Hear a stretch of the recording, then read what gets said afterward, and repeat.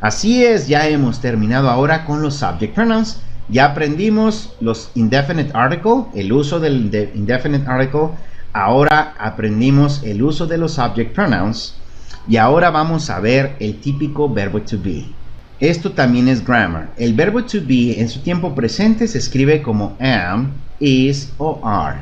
Y su regla es la siguiente. Este se conjuga con los pronombres personales y significa ser o estar. Y algunas veces se interpreta como tener. Por ejemplo, si yo digo tengo frío, yo diría I am cold. Tengo frío. Ahí ese es un ejemplo de cómo se interpreta como tener. Pero comúnmente su traducción es como el verbo ser o estar. Muy bien, continuando, vamos a mirarlo. Para el pronombre I que acabamos de aprender, I, ¿qué quiere decir yo? Solo podemos utilizar am. No puedo utilizar ningún otro verbo to be que no sea am para el pronombre I. Por ejemplo, I am Andrés. Yo soy Andrés. ¿De acuerdo? Ahora para el pronombre he, este se conjuga con el verbo to be is. Por ejemplo, he is Pedro. Él es Pedro.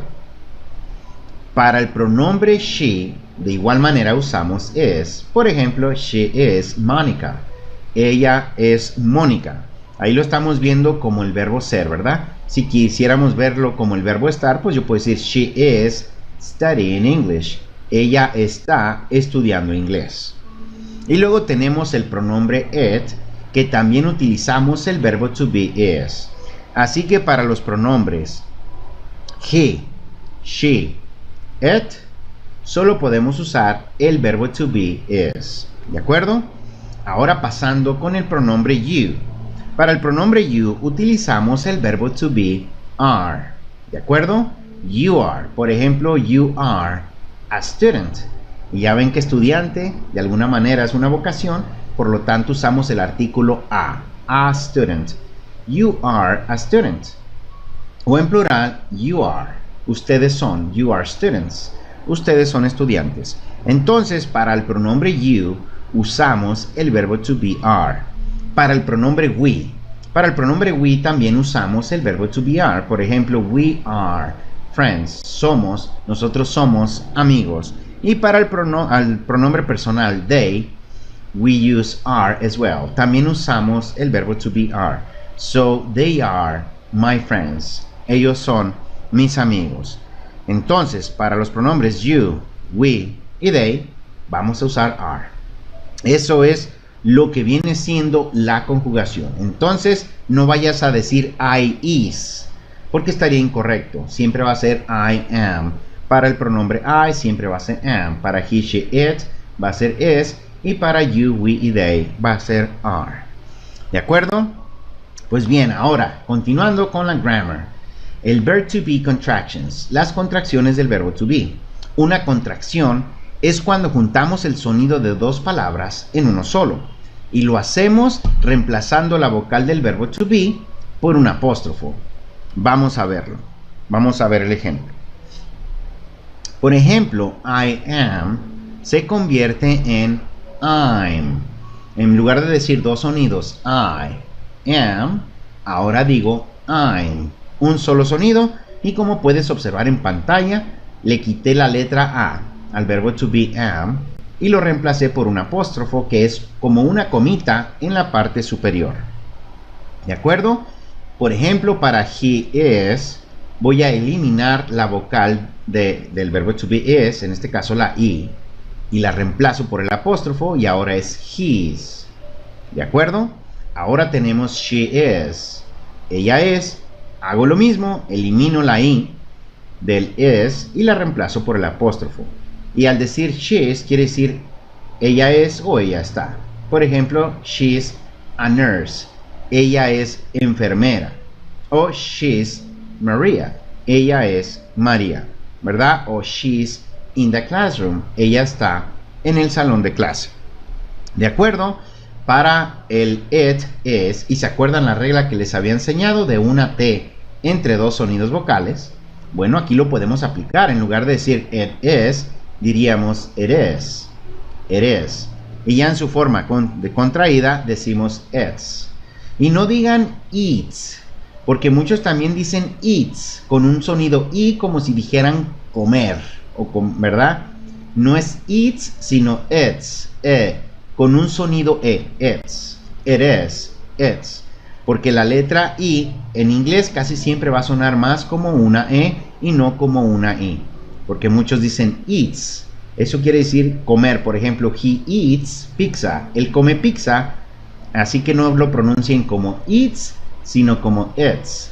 ¿De acuerdo? Entonces, it is lo podemos contraer y decir its. Continuando, tenemos el you are.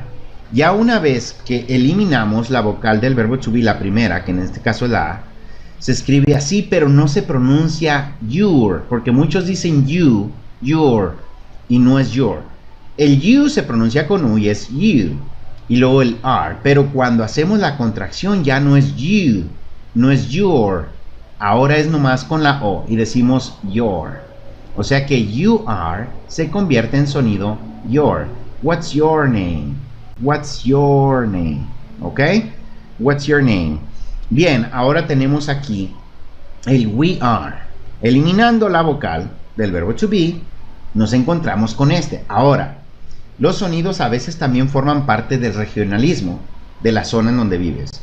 Algunos, como el nosotros se pronuncia we con i, muchos dicen we're. Pero el más común es where, como si dijeras dónde. O sea que una vez que haces la contracción ya no lo pronuncias como we are, sino como where.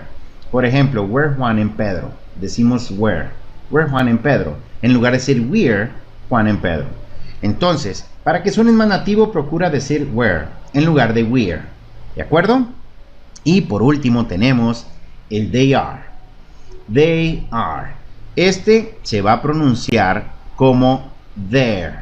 Muchos también dicen their y no es their, es D-E-R. There. Ellos son o ellos están. Quiero ir lento porque ahora sí quiero que estudies inglés una vez y para toda la vida. Que en esta ocasión sea tu aprendizaje definitivo. Así que por eso es que estoy empezando este curso desde cero, con la finalidad de asegurarme de que aprendas el inglés correctamente como debe de ser y que logres tu objetivo de convertirte en una persona bilingüe de verdad. Pues bien, ahora sí, continuando, vimos las contractions of the verb to be. Ok, grammar, verb to be contractions. Otra cosa, el verbo to be is también se puede contraer con los nombres de las personas. ¿De acuerdo? Pues vamos a ver un ejemplo. Aquí tenemos, en lugar de decir Mónica is a teacher, yo puedo decir Mónica's. Mónica's a teacher. ¿De acuerdo? Como puedes ver, el nombre es Mónica. Incluso déjate, lo pongo aquí de otro colorcito. Ahí lo tenemos. Mónica, y en lugar de decir Mónica es, digo Mónica's. Mónica's a teacher. Mónica es maestra. Por ejemplo, aquí tenemos ahora a Juan. En lugar de decir Juan es, hago la contracción, eliminando la vocal del verbo to be, y digo Juan's. Por ejemplo, Juan's an architect. Y las contracciones las utilizamos para hablar más fluidos, para ser más rápidos a la hora de comunicarnos. En español lo hacemos todo el tiempo también. ¿Cuántas veces en lugar de decir para qué decimos pa' qué? ¿Verdad? ¿Pa' qué? O en lugar de decir para allá, decimos pa' allá. ¿Para qué quieres que vaya para allá? O en lugar de decir creo que, decimos como, creo que en estas elecciones decimos creo que en estas elecciones voy a, incluso el voy a veces decimos voy a, te voy a decir algo. Son informalidades de todos los idiomas, ¿verdad? Entonces, aunque en español las contracciones pues no son correctas, las utilizamos. Porque entonces, si a veces les quitamos sílabas a las palabras simplemente porque podemos, no porque necesariamente sea correcto. En inglés también pasa lo mismo, y yo creo que en cualquier idioma, ¿de acuerdo? Entonces, es correcto poder contraer el verbo to be is con los nombres de las personas, ¿de acuerdo? Cuando estás, como lo ves aquí, como en singular. Porque también esto puede confundir cuando aprendamos los posesivos que estaremos viendo mucho más adelante, ¿de acuerdo?